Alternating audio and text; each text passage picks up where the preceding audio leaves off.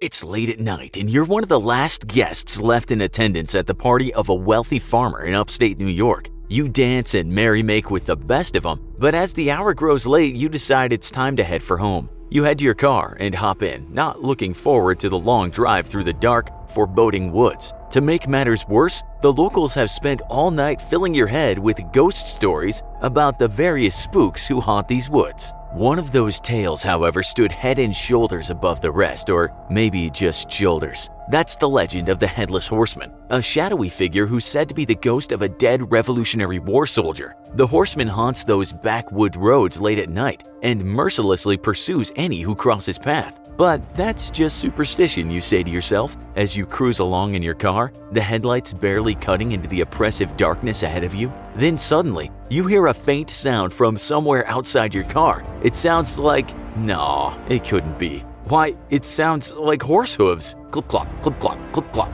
The sound is faint, distant, but growing nearer. You look at the speedometer and you tell yourself there's no way that a horse could be catching up to you going 45 miles an hour. Then an icy chill races down your spine because no normal horse could manage that feat. But perhaps a horse being ridden by a headless horseman could. That's when you look up into the rearview mirror and sure enough, there he is, black cloak whipping in the wind behind him. His horse's eyes burning red as the fires of hell itself. It's the Headless Horseman, and he's coming for you.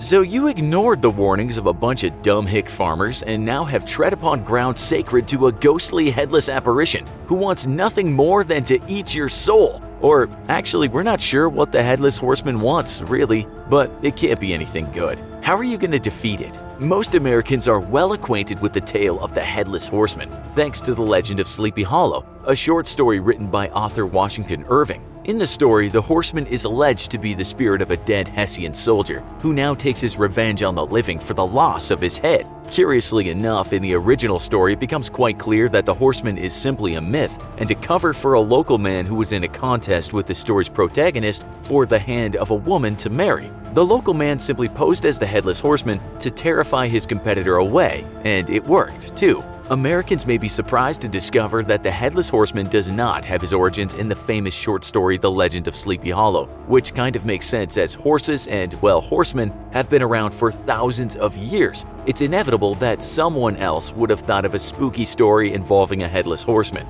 The Irish, for example, have a demonic fairy they call the Dullahan, or Dark Man, who is a headless figure who carries his head tucked under his arm. The Dullahan, however, is about 1,000 times more metal than the American Headless Horseman, as he also carries a whip made from the spine of a human corpse, which is our favorite type of whip.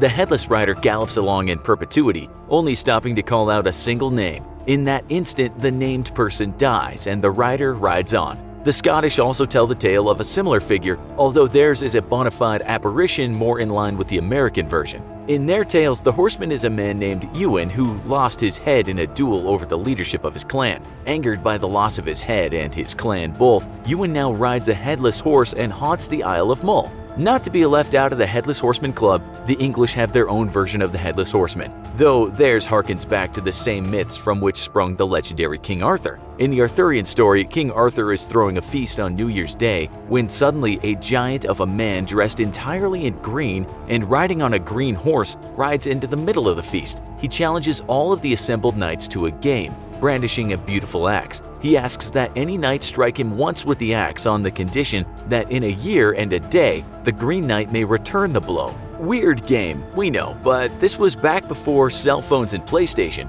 Just a bunch of people living in the moment challenging each other to decapitation contests. None of the knights are brave enough to accept the challenge though, and Arthur prepares to accept himself when Sir Gawain begs for the honor. Arthur agrees, and with one swift chop, Gawain decapitates the Green Knight. Unfazed by losing his head, the Green Knight picks up his decapitated head and reminds Gawain of his vow to meet you in a year and a day so the knight can return the blow. Initially, his courage falters, but as the date approaches, Gawain resolves himself to meet the Green Knight and receive his blow as he agreed to. He discovers a castle near where he's to meet the Green Knight, and while staying with the lord and lady of the castle, the lord proposes a bargain. Each day, the lord will give Gawain what he catches on his daily hunting trip, if Gawain gives the lord whatever he gains during the day while the lord is gone. Gawain agrees to the bargain, and when the Lord leaves his castle, his beautiful wife attempts to seduce Gawain.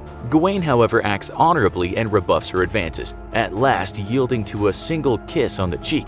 When the Lord returns, Gawain receives the deer the Lord hunted, and the Lord receives a kiss on the cheek from Gawain. The second and third day play out the same way, though on the third day the lady offers Gawain a gold ring, which he declines. She begs him to at least take a green sash that she wears, which she assures him is enchanted and will protect him from physical harm. Gawain agrees, and when the Lord returns that night, Gawain keeps the sash a secret. The next day, Gawain rides forth to meet the Green Knight, who is awaiting for him as promised. Gawain presents his neck, and the Green Knight brings his axe down upon it, though it causes only a slight wound thanks to the enchanted sash. Gawain reveals the trickery, ashamed of himself, but the Green Knight laughs and removes his helmet, revealing himself to be the lord of the castle. He reassures Gawain that just the fact that he showed up to meet certain death and acted honorably with his wife made him the most gallant knight in the land, and then reveals that the entire Headless Horseman thing was just a ploy by Arthur's evil sister Morgan Le Fay to give Lady Guinevere a heart attack because medieval stories are bonkers crazy. So we've got 4 different horsemen, and you're running from your life from a ghostly apparition who definitely wants to remove you from your own head. How are you going to defeat the Headless Horseman?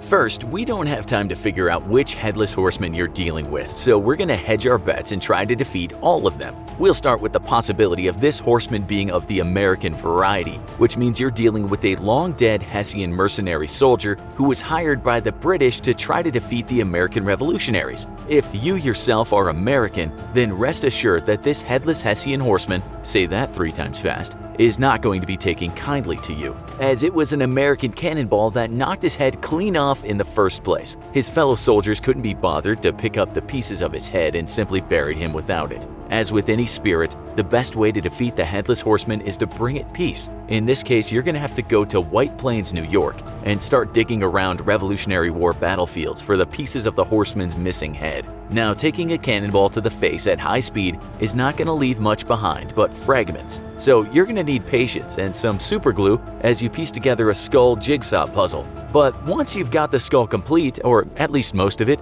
offering it to the spirit should bring it some peace and you a reprieve from certain death. But what if your Headless Horseman is of the Irish variety? Well, lucky for you, Irish demonic fairies have a strong allergy to precious metals, and in this case, gold. Wearing a gold trinket will protect you from the attacks of the Dullahan, and in fact, just putting gold in the path of a rampaging Dullahan is enough to stop it dead in its tracks, pun intended. But we don't want to stop this demon fairy, we want to destroy it. And for that, we're going to visit any of several online retailers who offer, what else? Gold bullets. That's right, bona fide golden bullets for when you want to kill someone but stay classy about it. Offering a variety of calibers, it's a dealer's choice of golden death, but one shot should be enough to put the Dullahan down for good. If, however, your Headless Horseman turns out to be of Scottish origin, then things aren't going to be that simple. This ghost is angry at having lost his head and his tribe, and sadly for you and the spirit, both of those things no longer exist. Whatever tribe he belonged to is long dead or absorbed into greater Scottish society, and finding the head of a 1500-year-old ghost is going to be impossible, as there's likely nothing but dust left. Instead, you're going to book your angry Headless Horseman ghost an appointment with the nearest therapist, because there's clearly some deep-seated anger issues to sort out here. After a few weeks of self-affirming therapy, your ghost will no longer be angry and come to terms with having lost both head and clan. Satisfied that things will be okay, your Headless Horseman will move on peacefully to the afterlife. Thanks, therapy. But what if you're up against the Arthurian Green Knight, with the magical power to lose his head and simply reattach it later? Well, you could try Gawain's route and simply be honorable about it. Perhaps offer your head, and the Green Knight will think you're too gallant and noble and spare your life. If not, then remember the Green Knight may be able to reattach his head when decapitated, but you can't reattach what's been turned into a fine carbon mist. We've featured this item on our U Versus series before, and mostly because it's honestly a pretty great solution to pretty much any evil baddie that you come across. The XL18 flamethrower is a budget flamethrower with a not-so-budget flame. At just under $3,000, the XL18 has a range of over 110 feet and spews a flame several hundred degrees hot. Best of all, it can be fired with just about any liquid fuel, or you can even fire it using napalm. Oh, and you don't need any sort of firearm license or other special licensing to purchase one, which is pretty much 100% insane but good for you. You've got a headless immortal knight to turn into carbon ash after all. You don't got time for public welfare and safety. There you go, you did it! You defeated your headless horseman, no matter what its origins. And if yours was of course the English variety, you also got a kick-ass flamethrower out of it. Now all that's left to do is kick back and enjoy your Halloween season in peace, knowing that if any evil baddies come knocking again, you've got a freaking napalm-launching flamethrower to knock back with. How would you defeat the Headless Horseman? What other evil creature do you want to see us tackle in our You Versus series? Let us know in the comments and on our website. And as always, if you enjoyed this video, don't forget to like, share, and subscribe for more great content.